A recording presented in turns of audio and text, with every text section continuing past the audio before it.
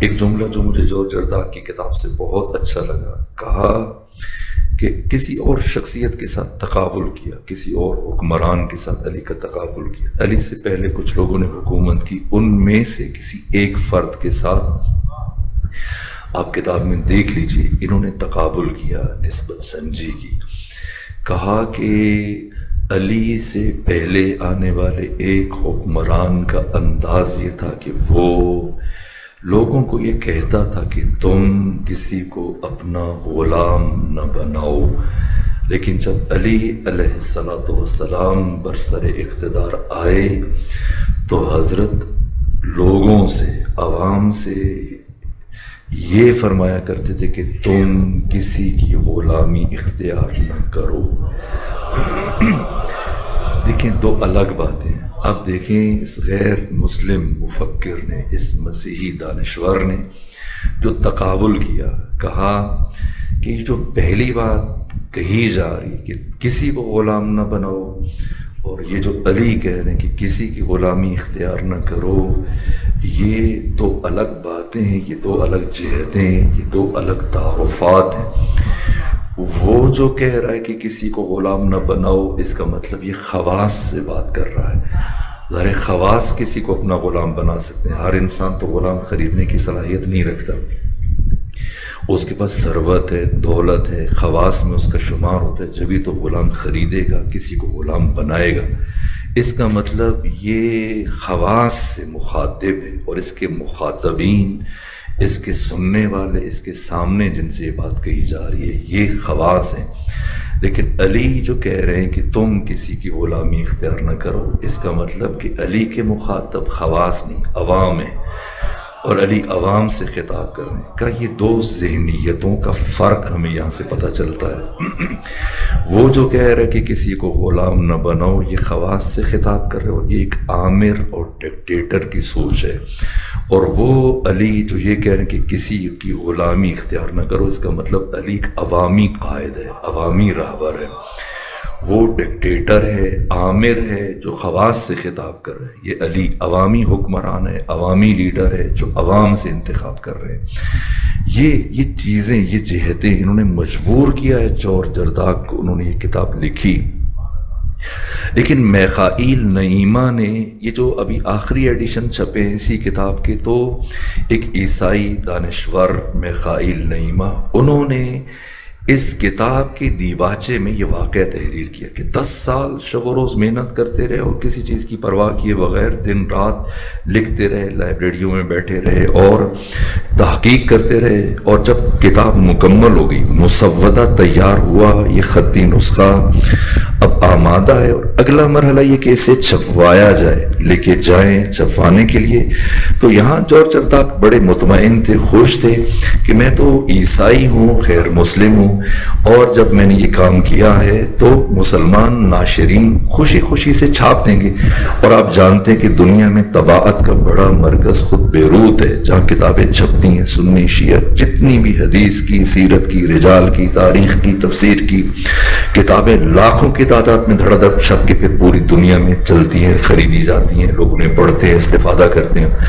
کتاب لکھنے کا، کتاب چھاپنے کا جو بڑا مرکز ہے دنیا میں، خصوصاً اسلامی کتب، اسلام سے متعلق کتابیں، بڑا مرکز دنیا میں بشاک ہے، سب سے بڑا مرکز یہ بیروت ہے۔ حتیٰ سعودی عرب میں، مصر میں، باقی جگہوں پہ اتنی کتابیں نہیں چھپتی ہیں جتنی کتابیں بیروت میں چھپتی ہیں۔ تو یہ بھی مسودہ اٹھا کر مسلمان ناشرین کے پاس پہنچے، وہ سوچ رہے تھے کہ خوشی خوشی چھاپیں گے، لیکن جس ناشر کے پاس جا کے بیٹھتے اور اپنی کتاب رکھتے تو وہ پوچھتے کیسی کتاب ہے، تو جواب دیتے کہ میں نے عالم اسلام کی دوسری عظیم الشان شخصیت بعد از رسول اللہ علی ابن ابی طالب کی شخصیت اور ان کے عہد حکومت سے متاثر ہو کر یہ کتاب لکھی ہے۔ اور وہ اٹھا کے کتاب کو پلٹتے، اس کے اوراق کے اندر مندرجات کیا ہے، اس کتاب کے اندر کیا لکھا ہے، جب کچھ چیزیں دیکھتے تو اس کے بعد یہ مسودہ جورج جرداق کی طرف پھینک دیتے کہ یہ لے جائیں، ہم اس کو نہیں چھاپ سکتے۔ ایک کے بعد دوسرا، دوسرے کے بعد تیسرا، چوتھا، پانچواں،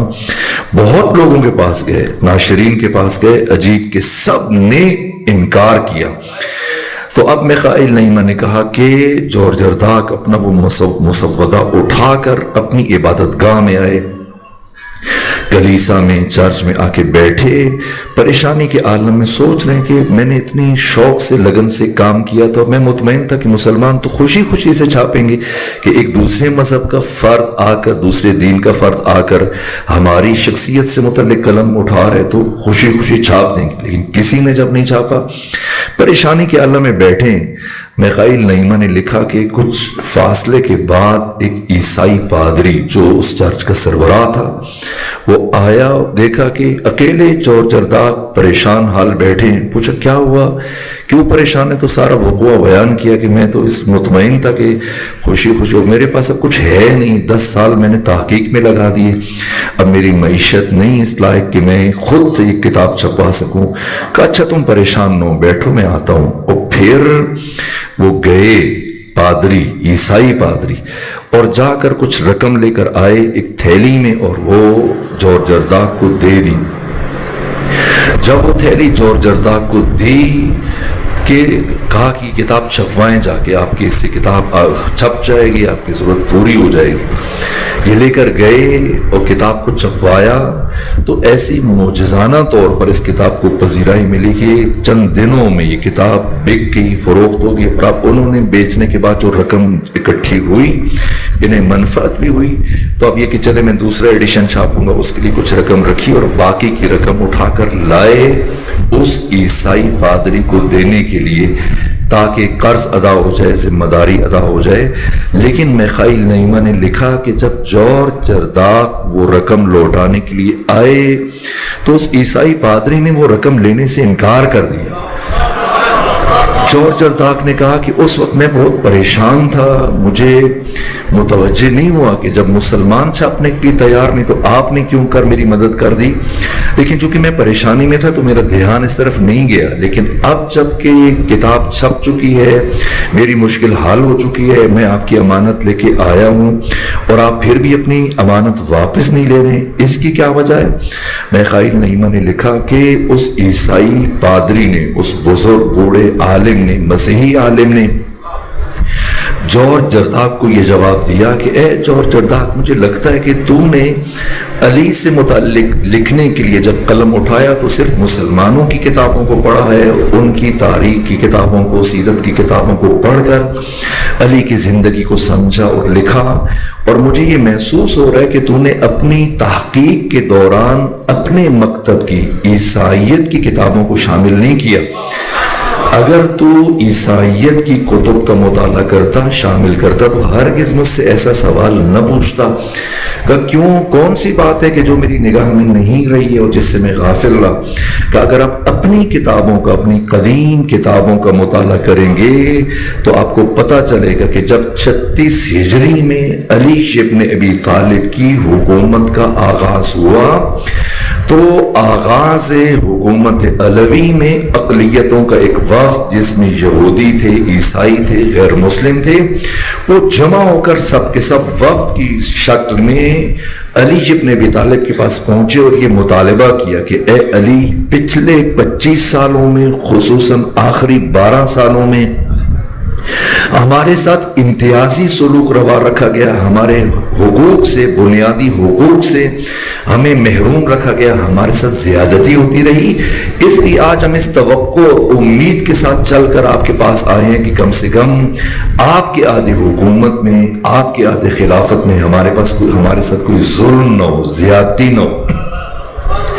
اس وفد نے جب یہ مطالبہ کیا تو کہا اے جورج ارداک، اس وقت کے اس مطالبے کے جواب میں علی ابن ابی طالب نے صرف ایک جملہ کہا، فرمایا جاؤ اور اس اطمینان کے ساتھ جاؤ کہ علی کے عہد حکومت میں کسی کے معمولی حق تلفی نہیں ہوگی، کسی کا حق تلف نہیں کیا جائے گا، کسی کے ساتھ معمولی ظلم اور زیادتی نہیں ہوگی، کہ صرف ایک جملہ کا۔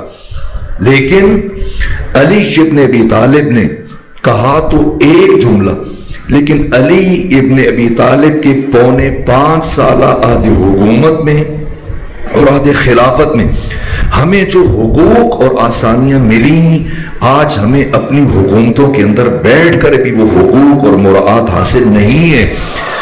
یہ رقم دے کر میں نے تم پر کوئی احسان نہیں کیا، بلکہ میں تو اپنے محسن کے احسانات کا شکریہ ادا کر رہا تھا، اس لیے واپس نہیں لے رہا۔ علی ابن ابی طالب علیہ السلام نے انسانی اور اخلاقی قدروں کی حکومت کی، واقعاً محیر العقول ہے، اس لیے ناانصافی ہوگی کہ میں مختصر گفتگو میں حضرت کی حکومت سے متعلق گفتگو کروں، امیر المومنین کے عدل سے متعلق گفتگو کروں، آپ کے طرز حکومت سے متعلق، آپ کے طرز جہانبانی سے متعلق، جب آئے آغاز کہاں سے کیا اور بالآخر یہی طرز حکومت حضرت کی شہادت کا سبب بن گئی۔ لیکن یہ اہم موضوع ہے، اگر کبھی توفیق ہوگی ماہ مبارک رمضان یا کسی دوسرے مرحلے پر کم سے کم 8-10 نشستیں ہم اس موضوع سے متعلق بالتفصیل گفتگو کریں گے۔